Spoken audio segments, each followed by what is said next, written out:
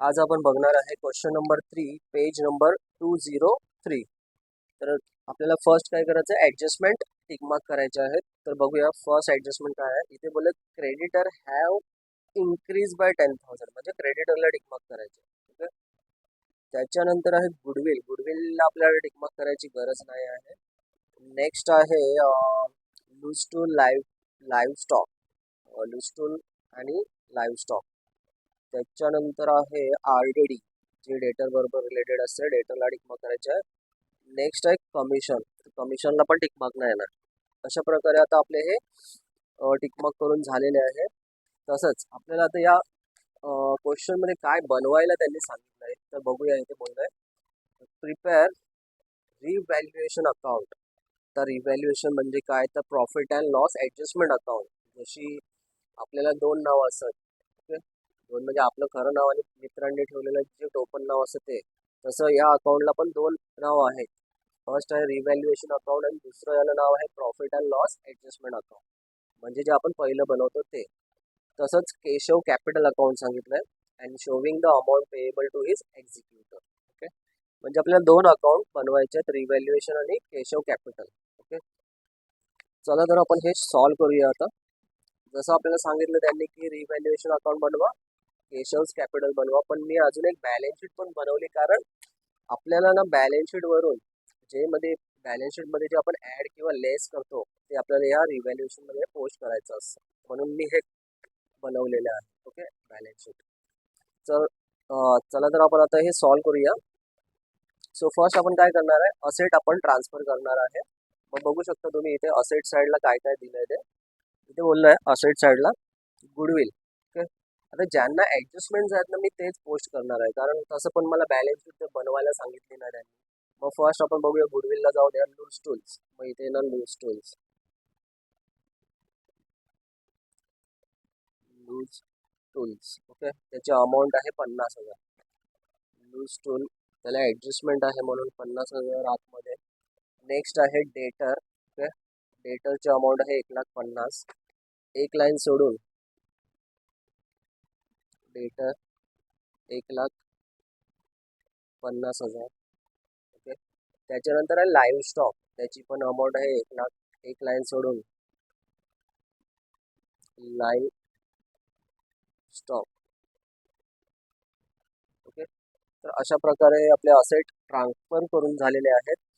त्याच्यानंतर आहे liability side. तर बघूया लायबिलिटी साईडला त्यांनी काय काय दिलं ते.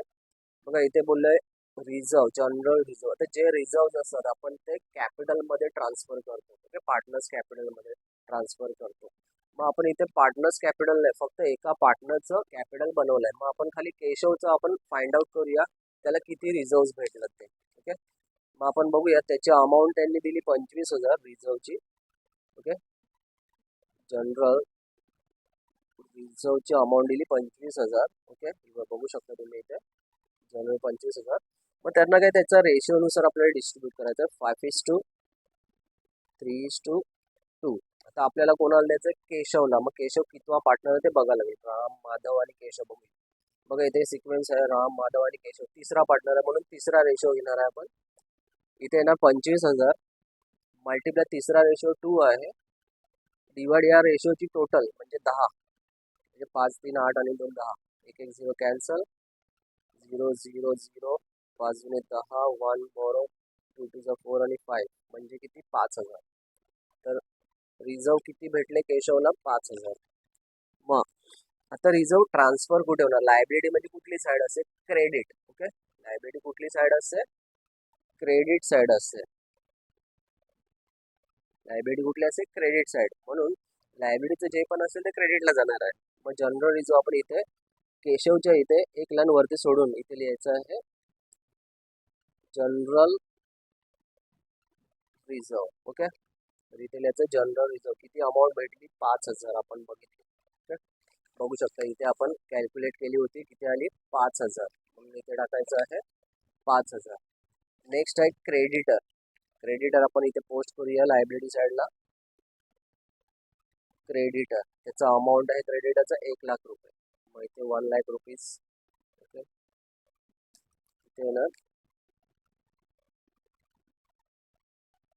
₹1,00,000 सॉरी ओके ₹1,00,000 त्याच्यानंतर आहे बघा दुसरी कोणाला ऍडजस्टमेंट आहे नेक्स्ट अनपेड रेंट ऍडजस्टमेंट आहे सोडून देऊया कॅपिटल अकाउंट बघा कॅपिटल अकाउंट पार्टनर्स कॅपिटल मध्ये जातं पण आपण पार्टनर्स कॅपिटल नाही तर केशव कॅपिटल बनवते मग आपण काम करूया केशवचं कॅपिटल खाली फक्त इथे पोस्ट करूया मग बघूया ते कॅपिटल केशवचं किती दिले 50,000 मग जेव्हा कॅपिटल कॅपिटल अकाउंट मध्येच जाणार आहे तर काय लिहायचं बॅलन्स ब्रॉड डाऊन आणि लायबिलिटी साईड क्रेडिट असते म्हणून इथे क्रेडिटला लिहायचं बॅलन्स ब्रॉड डाऊन किती अमाऊंट आहे बॅलन्स ब्रॉड डाऊन 50,000 आहे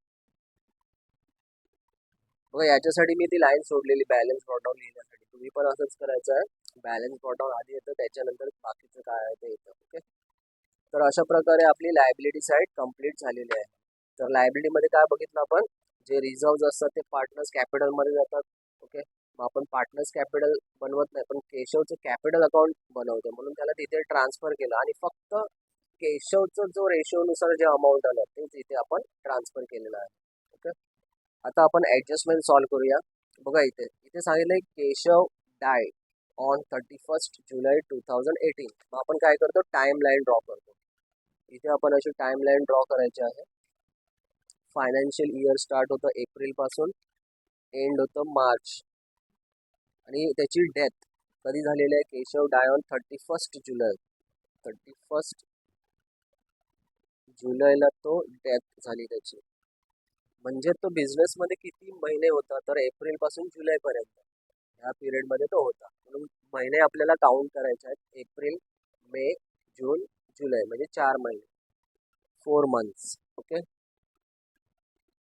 जेव्हा पण तुम्ही डेट ऑफ पार्टनरचं सम करणार तेव्हा तुम्हाला अशी एक टाइमलाईन बनवून घ्यायची आहे कारण खूप यूज होणार आहे त्याचा सो बघूया इथे सांगितलं आपल्याला पहिलं adjustment creditor have increase by 10,000 म्हणजे जो क्रेडिटर आहे ना 10,000ने इन्क्रीज झाला आहे इन्क्रीज झाला म्हणजे त्याच्यामध्ये आता आपल्याला ऍड करायला लागेल मग इथे ऍड एप्रिसिएशन कितीने वाढला 10,000ने वाढलेला आहे म्हणजे टोटल झाले याचे 1,10,000 आता बघा क्रेडिटर म्हणजे काय आपली लायबिलिटी म्हणजे आपलं कर्ज जर आपलं कर्ज आपल्यावर वाढतंय तर आपल्यासाठी एक तो लॉस आहे ओके मग लॉस कुठे शो करतात तर प्रॉफिट अँड लॉस म्हणजे रिव्हॅल्युएशन अकाउंटच्या डेबिट साईडला कारण debit all expenses and losses मग इथे येणार तो क्रेडिटर अकाउंट किती ऍड केले आपण 10,000 ऍड केले क्लिअर आहे ऍडजस्टमेंट इथे सांगितलं की हॅव इन्क्रीज झाला म्हणजे इन्क्रीज झालेला आहे म्हणजे इन्क्रीज झालं म्हणजे वाढलेलं आहे ते काय करायचं ऍड करायचं आहे मग ऍड करताना काय लिहायचं ॲप्रिसिएशन 10,000 लिहिले तसंच लायबिलिटी आपली वाढलेली आहे आपलं कर्ज वाढलेलं आहे मग आपल्यासाठी तो काय लॉस आहे मग लॉस कुठे शो करायचा डेबिट साईडला माहिती येणार क्रेडिटर्स अकाउंट 10,000 त्याच्यानंतर आहे गुडविल बघ गुडविलचं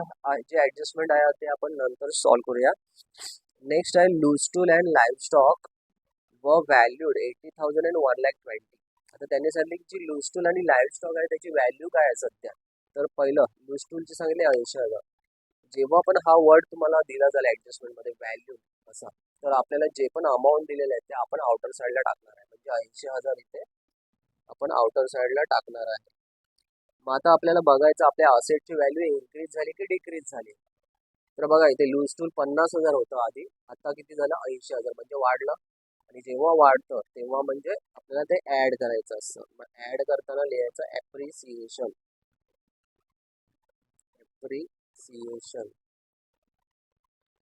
कितीने वाढलं बघा 50,000 होतं ते 80,000 म्हणजे या दोघांचा जर आपण डिफरन्स काढला म्हणजे मायनस करून जर फाइंड आउट केलं आपण तर आपल्याला किती अमाऊंट भेटणार 30,000 मग इथे आपल्याला 30,000 रुपये ऍड करायचे क्रॉस चेक पण करू शकता तुम्ही बघा 50,000 ऍड 30,000 किती भेटले 80,000 ओके मग आता आपली जी असेट आहे म्हणजे आपली जी प्रॉपर्टी आहे त्याची व्हॅल्यू जर वाढली तर आपल्यासाठी काय आहे प्रॉफिट मग प्रॉफिट कुठे शो करायचं क्रेडिट साईडला कंपनीचे जे प्रॉफिट्स असतात जे इन्कम असतात ते क्रेडिट साईडला शो होतात मग लूजटूलमध्ये प्रॉफिट झालेलं आहे ओके लूजटूल्स अकाउंट कितीचं प्रॉफिट झालं आपल्याला 30,000चा, मग इथे येणार 30,000 रुपये. क्लिअर आहे. त्याच्यानंतर आहे नेक्स्ट अजून कोणाची व्हॅल्यू दिली, लाईव्ह स्टॉक किती, 1,20,000. मग लाईव्ह स्टॉकचे इथे आपण टाकणार 1,20,000 आउटर साईडला. ओके, बघा पहिला लाईव्ह स्टॉकची अमाऊंट होती जी पहिली वाली 1,00,000 होती, आता 1,20,000 झाली. ही पण अमाऊंट इन्क्रीज झालेली आहे, वाढलेली आहे. मग परत इथे काय येणार, ऍड ॲप्रिसिएशन.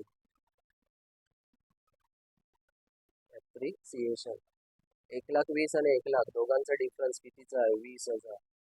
मग 1,00,000 मध्ये ऍड केले 20,000, 1,20,000 आला. ओके, परत आपल्या असेटची व्हॅल्यू काय झाली, इन्क्रीज झाली, वाढलेली आहे. म्हणजे आपल्यासाठी काय आहे, प्रॉफिट आहे. मग प्रॉफिट कुठे शो करायचं, क्रेडिट साईडला शो करायचं असतं. ओके, क्रेडिट साईडला शो करायचं असतं. म्हणजे इथे येणार ते बाय लाईव्ह स्टॉक. कंपनीचे प्रॉफिट, कंपनीचे इन्कम क्रेडिटला येतात. कितीने वाढली, 20,000. ओके, मग इथे येणार 20,000. क्लिअर आहे.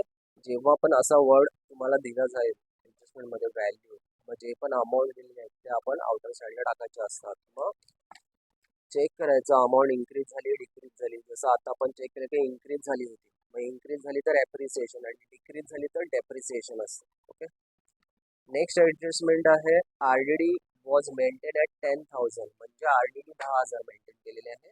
RDD काय होते, लेस होते. डेटरमधून काय करायचे असते, लेस. किती सांगितले आहे, 10,000. म्हणजे इथून 10,000 मायनस होणार आहे. 1,50,000 मधून 10,000 राहिले ते 1,40,000 होते. आता RDD म्हणजे काय, रिझर्व फॉर डाऊटफुल डेट्स. असे पैसे जे आपल्याला भेटलेले आहे, डाऊट आहे. ओके, म्हणजे कस्टमरला आपण माल विकलेला आहे, त्याच्यावर ते पैसे देतील नाही देतील तो डाऊट आहे आपला. ओके, म्हणजे आपला तो काय लॉस आहे. मग लॉस कुठे येतो, डेबिट साईडला. मग इथे लॉस आपण शो करायचा डेबिटला. कशामुळे लॉस आहे, RDD मुळे लॉस आहे. किती अमाऊंटचा आहे, 10,000चा आहे. ओके, तर अशा प्रकारे तुम्ही हे ॲडजस्टमेंट सॉल्व्ह करायचं होतं. नेक्स्ट आहे 6वा adjustment, commission ₹2,000 per month was payable to Keshav. म्हणजे केशवला काय होतंय, कमिशन दिलं जात आहे. तो केशवला जर कमिशन देत आहे कंपनी, तर केशवसाठी ते काय होणार, इन्कम होणार. मग इन्कम कुठे येतं, क्रेडिट साईडला. मग इथे लिहायचं बाय कमिशन.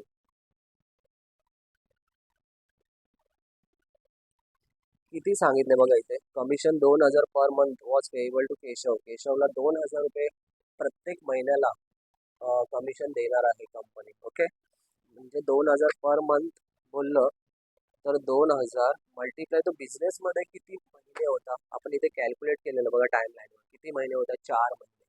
म्हणजे इथे आपण काय करणार, 2,000 मल्टिप्लाय बाय 4, 4 टू जा 8, म्हणजे 8,000 रुपये. क्लिअर आहे.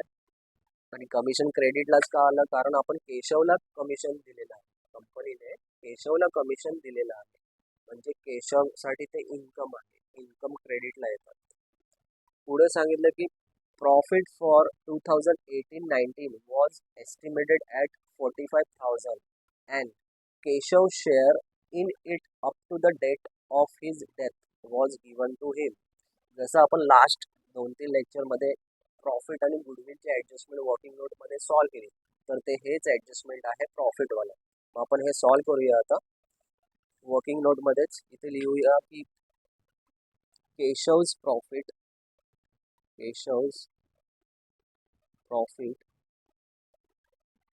up to the date of his death. म्हणजे आपण काय सांगतोय, त्याला प्रॉफिट देणार आहे कितपर्यंत, त्याची डेथ झाली तोपर्यंत. किती प्रॉफिट त्यांनी सांगितले, 45,000. म्हणजे इथे येणार 45,000 मल्टिप्लाय तो किती महिने बिझनेसमध्ये होता, 4 महिने, म्हणजे इंटू 4. आणि जेव्हा आपण महिने आपण मल्टिप्लायला घेतो तर डिवाइड कितीने करतो, 12ने. कारण अख्ख्या वर्षाचे, पूर्ण वर्षाचे महिने किती, 12. 4 1 जा 4 3 जा 3 1 जा 3 1 जा 1 बरो 15 झाले. 3 5 जा 15 आणि 3 0, म्हणजे याचा आन्सर आला 15,000 रुपये. ओके, आता हे झालं त्याच्या डेथपर्यंत. तसंच आपल्याला काय करायचं, त्याच्या शेअरनुसार त्याला त्याचं प्रॉफिट द्यायचं. म्हणजे इथे लिहिणार परत Keshav's profit as per his share. म्हणजे त्याचा कंपनीमध्ये जो शेअर आहे त्या शेअरनुसार त्याला प्रॉफिट देणार आहे. मग आपला रेशो काय दिलेला आहे क्वेश्चनमध्ये, 5:3:2. केशव तिसरा पार्टनर आहे म्हणजे त्याला त्याचा जो रेशो आहे तो 2 आहे. म्हणून इथे आपण काय करणार, मल्टिप्लाय बाय 2 डिवाइड ह्या रेशोची टोटल म्हणजे 5, 3, 8, 8 आणि 2 10. 10ने डिवाइड करायचं. एक एक 0 कॅन्सल. 2 0 0 0. 2 5 10. 1 मोर 2 1 आणि 3. 3,000 रुपये. तर केशवला प्रॉफिट किती भेटलं, 3,000. मग केशवसाठी जर प्रॉफिट आहे तर प्रॉफिट कुठे येतं, क्रेडिट साईडला. मग केशवचा आहे ना, मग केशवच्या अकाउंटमध्ये शो करायचं. मग इथे लिहायचं profit and loss suspense account. Suspense account. जेव्हा पण आपण प्रॉफिटचं ॲडजस्टमेंट सॉल्व करणार त्याचा इफेक्ट आहे हा क्रेडिटलाच येणार आहे, कारण ते प्रॉफिट आहे. प्रॉफिट अँड इन्कम क्रेडिटला येतात. मग लिहिताना काय लिहायचं, profit and loss suspense account. किती फाइंड आउट केलं आपण, 3,000. ओके. याचा दुसरा इफेक्ट असतो तो इथे बॅलन्स शीटमध्ये येतो. आता तो शो करायची गरज नाही, पण जस्ट तुमच्या माहितीसाठी मी हे शो करतो. Profit and loss suspense account. आता शो का या समसाठी शो का नाही करायचं, कारण आपल्याला बॅलन्स शीट सांगितली नाही त्यांनी बनवायला, म्हणून हे जस्ट मी तुमच्या इन्फॉर्मेशनसाठी लिहितो. Okay. Profit and loss suspense account. हे झालं आपलं प्रॉफिटवालं ॲडजस्टमेंट. नेक्स्ट आहे आपलं आता गुडविलवाला ॲडजस्टमेंट आपल्याला सॉल्व करायचं आहे. मग फर्स्ट पहिलं आपल्याला काय फाइंड आउट करायचं लागतं, एव्हरेज प्रॉफिट. ओके. फर्स्ट आपल्याला फाइंड आउट करायचं असतं average profit is equal to total profit divide number of years. Okay. आता टोटल प्रॉफिट आपल्याला इथे दिलेले आहेत बघा. ॲडजस्टमेंट नंबर 2 मध्ये त्यांनी सांगितले goodwill is calculated 2 year purchase. Okay. 2 वर्षाचं परचेसमध्ये तुम्ही गुडविल फाइंड आउट करायचं. Of average profit of last 5 year. आपल्याला एव्हरेज प्रॉफिट जे करायचं ते 5 वर्षाचं शेवटच्या. 5 वर्ष आहेत का बघूया. 1 2 3 4 5. ओके. 5 वर्षाचं दिलेलं आहे. मग इथे आपण करूया बघा. First 90,000 plus 60,000. बघा इथे 50,000 आहे, पण ब्रॅकेटमध्ये काय बोलले, लॉस. लॉस असल्यावर प्लस नाही मायनस होतो, -50,000. त्याच्यानंतर 1,00,000. 1,00,000 इथे प्लस करायचं आहे. परत प्लस अजून किती काय 50,000 आहे. डिवाइड किती वर्ष होते, 5. बघा सगळे मी प्लस केले, फक्त ज्याच्या ब्रॅकेटमध्ये इथे जे लॉस होतं तिथे मी मायनस केलेलं आहे. तर जेव्हा पण लॉस असेल तर तुम्हाला मायनस करायचं. मग आपण तर टोटल करूया याचे. 1,50,000 प्लस केले तर 1,50,000. 1,50,000 आणि -50 केले तर 1,00,000 राहिले. ओके. त्याच्यानंतर 1,60,000. 1,60,000 आणि 90. 1,60,000 आणि 90. 2,50,000. ओके. 2,50,000 याला डिवाइड करायचं 5ने.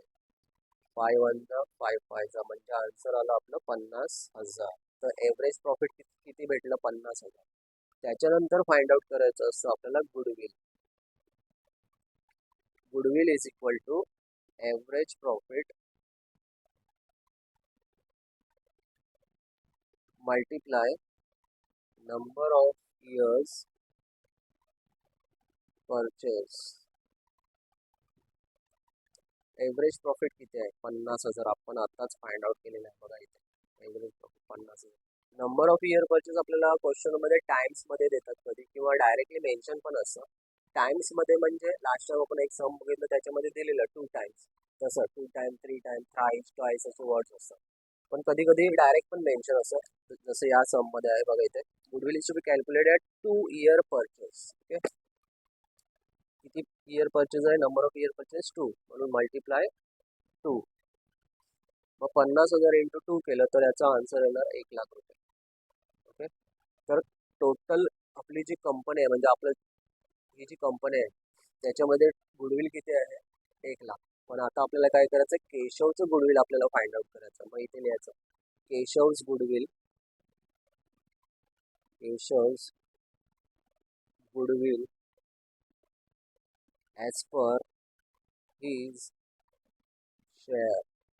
सो इथे किती टोटल गुडविल आहे 1,00,000 आहे. त्याच्यामध्ये त्याचा शेअर किती आहे 2. कारण केशव शेवटचा पार्टनर म्हणून शेवटचा रेशो, आणि डिवाइड काय करायचं या रेशोची टोटल किती आहे, रेशोची टोटल 5, 8, 10 डिवाइड करायचं आहे. 1 1 0 कॅन्सल,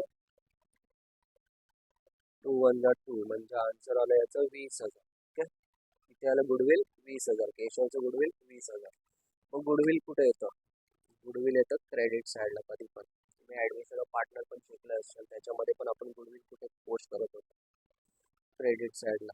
मग इथे ना गुडविल अकाउंट किती फाइंड आउट केलं आपण 20,000. इथे येणार 20,000. तर अशा प्रकारे आपले हे ॲडजस्टमेंट सॉल्व्ह झालेले आहेत. तर आपण काय करणार याची आता टोटल करणार आहे. तर बघूया. ओके, टोटल इथे 30 आहे, इथे 20 म्हणजे 50 झाले. इथे 10 10 20. ही साईड हायेस्ट आहे. जी हायेस्ट असते तिची टोटल पहिल्या लिहायची असते. ही 50,000 हायेस्ट आहे. इथे येणार 50,000. सेम इथे 50,000. आता काय करायचं, 50 मधून हे वरचं अमाऊंट मायनस करायचं. म्हणजे 20,000 मायनस केले तर बॅलन्स आपल्याला भेटेल 30,000. 30,000. आता हे 30,000 आपल्याला तिन्ही पार्टनरला डिस्ट्रीब्यूट करायचे आहेत. म्हणून इथे लिहायचं 2. तुम्ही असं लिहिलं तरी पण चालेल, पार्टनर्स कॅपिटल ब्रॅकेटमध्ये प्रॉफिट. ओके, अंडरलाईन करायची तिघांची नावं. 3 पार्टनर कोण कोण आहेत, राम, माधव आणि केशव. राम, माधव आणि केशव. आता हे तिघांचे आपल्याला फाइंड आउट करायला लागतील, कारण त्यांनी हे अकाउंट बनवायला सांगितलेलं आहे. मग आता बघूया आपल्याला किती बॅलन्स भेटला 30,000. ओके, 30,000 बॅलन्स भेटलेला आहे. तर याचं वर्किंग नोट बनवायला लागेल आपल्याला. वर्किंग नोट बनवूया आपण. आपल्याला सांगितलं 30,000 आपल्याला प्रॉफिट भेटलेला आहे. प्रॉफिट 30,000 आहे. रेशो आहे त्या तिघांचा 5:3:2. मग फर्स्ट पार्टनर कोण आहे, Ram. Ram is equal to 30,000 multiply by Ram पहिला आहे म्हणून 5 डिवाइड बाय रेशोची टोटल म्हणजे 10. वास्तविक 15 म्हणजे 15,000.